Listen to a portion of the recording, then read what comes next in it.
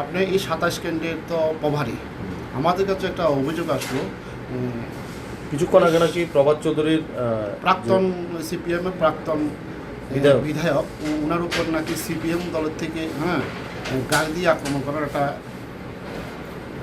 BJP দল থেকে আক্রমণ করার অভিযোগ করেছে প্রভাত চৌধুরী। এই বিষয়ে আপনার প্রতিক্রিয়া কি? শুনুন, আসলে এগুলো সব আপনাদের প্রথমে আমি ধন্যবাদ জানাই, আপনারা এসছেন আমার প্রতিক্রিয়া নেওয়ার জন্য। আসলে এগুলি সব নাটক। একটা ঘটনা হলো, আমি খবর নিয়েছি বলে আমি শুনেছি, আর বিভিন্ন সংবাদ মাধ্যমে আমার কাছে এসেছিল। আমি খবর নিয়েছি এখানে উনি বাইক নিয়ে রাস্তা দিয়ে যাচ্ছিলেন। এখন আমাদের এখানে সাতচাঁদ এলাকার কয়েকজন আমাদের ছেলে তারা যাচ্ছিল, তাদের তৈসামাতে একটা বাড়িতে নিমন্ত্রণ ছিল তাদের।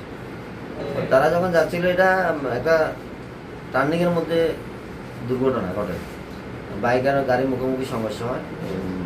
এটা সংঘর্ষ হওয়ার পর উনি যখন বাইক থেকে পরে যান, তারা গাড়ি থেকে নেমে তাদের ওনাকে ট্রেনে তুলতে গিয়েছিলেন, উনি তাদের উপর আক্রমণ করেছেন পরে যাওয়ার পর। যাও, ওখানে এলাকার লোক ছিল, এলাকার লোক এসে শান্ত করেছেন, পুলিশও গেছে ঘটনাস্থলে। তো এটা নিশ্চয়ই একটা দুর্ঘটনা, এটা কোনো রাজনীতির সাথে কোনো সম্পর্ক না। কিন্তু দুঃখের বিষয়, আমি শুনেছি সংবাদ মাধ্যমে উনি বলেছেন ওরা নাকি বিজেপির গুন্ডা। তো আসলে তো গুন্ডামি করা ওনার স্বভাব। আপনারা নিশ্চয়ই আপনারা মনে আছে, আপনাদের এই বিধানসভা নির্বাচনের আগে রাত্রি 12টার সময় উনি সাতচাঁদ বাজারে কিছু ছেলেদের নিয়ে হকি স্টিক নিয়ে, ছেলেদের হাতে রড ছিল, কারো হাতে দা ছিল, উনি সাতচাঁদ বাজারে বিজেপি কর্মীদের উপর আক্রমণ করতে এসেছিলেন। তো উনি তো নিজেই গুন্ডা, উনি অন্যদেরকে গুন্ডা বলতে দ্বিধা করবেন কেন? তো আমি ওনাকে বলবো ওনার ভালোর জন্য যে আসলে আপনি বাইক নিয়ে সকালবেলা থেকে ঘুরছেন, বিভিন্ন বুথে যাচ্ছেন, তো আপনাদের পোলিং এজেন্টরা বসতে চাইছে না, জোর করে বসাতে হচ্ছে।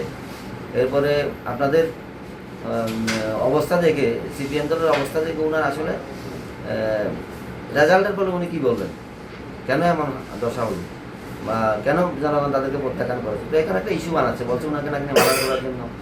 আরে আপনাকে মার্ডার করতে যাবে কেন? আর একটা বিশেষ যেটা কথা হলো, যে গাড়িটাতে উনি বাইক সংঘর্ষ হয়েছে, ওই গাড়িটার মধ্যে যারা ছিলেন এর মধ্যে ওনার ভাতিজা ছিলেন একজন, ওনার ভাতিজা ছিলেন একজন।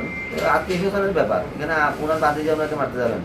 তো এটা হলো আসলে রাজনৈতিক রং লাগানোর চেষ্টা করছেন। তো এইগুলো দিয়ে আর মানুষ বিভ্রান্ত হবে না। আমি ওনার কাছে আহ্বান রাখবো যে এইসব বিভ্রান্তি না ছড়িয়ে সত্যভাবে বলুন, সবাইকে বলুন